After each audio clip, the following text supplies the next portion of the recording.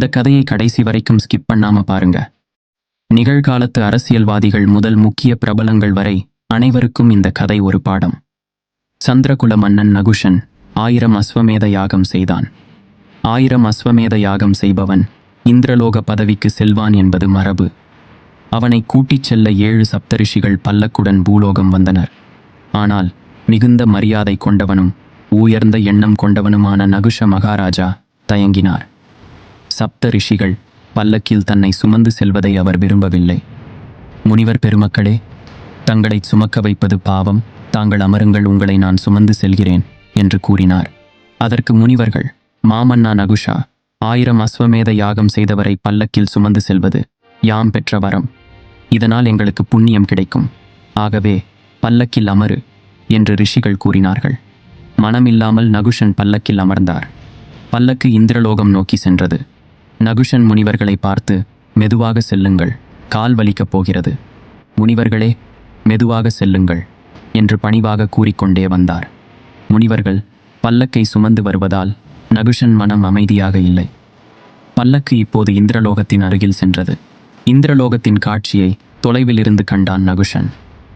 அரண்மனை மாடத்தில் இந்திரனின் மனைவி இந்திராணி குளித்ததும் தன் கூந்தலை வெள்ளிக்குச்சி கொண்டு வருடி கொண்டிருந்தாள். இந்திராணியின் அழகு ஜொலித்தது. அதை கண்ட நகுசனுக்கு காமம் வந்துவிட்டது. இப்போது பல்லக்கு மெதுவாக செல்வதாக உணர்ந்தான். முனிவர்களிடம் கூறினான், முனிவர்களே, சற்று வேகமாக செல்லுங்கள் என்று. முனிவர்களுக்கு ஒன்றும் புரியவில்லை. என்ன, இவ்வளவு நேரம் மெதுவாக செல்ல சொல்லிக் கொண்டிருந்தானே, இப்போது ஏன் இவன் வேகமாக போக சொல்கிறான் என்று புலம்பினார்கள். பல்லக்கு அதே வேகத்தில்தான் செல்கிறது. ஆனால் இந்திராணியின் அழகை அருகில் சென்று பார்க்க வேண்டும் என்ற ஆவல் அவனை தொற்றிக் கொண்டது. அதனால் பல்லக்கு மெதுவாக செல்வதாக உணர்ந்தான். பல்லக்கு ஏன் மெதுவாக செல்கிறது என்று ஆராய பல்லக்கின் அடியில் தலையை குனிந்து பார்த்தான். 7 சப்த ரிஷிகளில் ஒருவரான அகத்திய முனிவர் உயரம் குறைவு காரணமாக பல்லக்கை தூக்காமல் பல்லக்கில் தொங்கிக் கொண்டு வந்தார். இதனைக் கண்டு நகுசனுக்கு கோபம் வந்துவிட்டது. பல்லக்கில் இருந்த தங்கப்பிரம்பை கையில் எடுத்தார். வேகமாக செல்லுங்கள் என்று கூறிக்கொண்டே சப்த சப்த என்று சொல்லி அகத்தியரின் தலையில் அடித்தார்.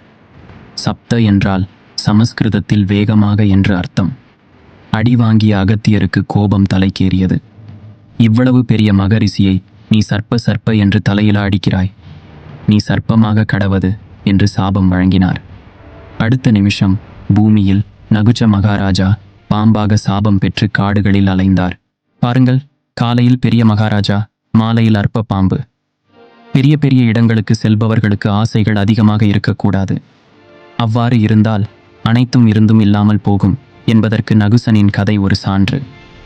உங்களுக்கு இந்த கதை பிடித்திருந்தால் லைக் பண்ணுங்க, கமெண்ட் பண்ணுங்க, இந்த சேனலுக்கு சப்ஸ்கிரைப் பண்ணுங்க மற்றும் இது போன்ற மேலும் பல சுவாரஸ்யமான கதைகளுக்கு மௌனமதிலுடன் இணைந்திருங்கள்.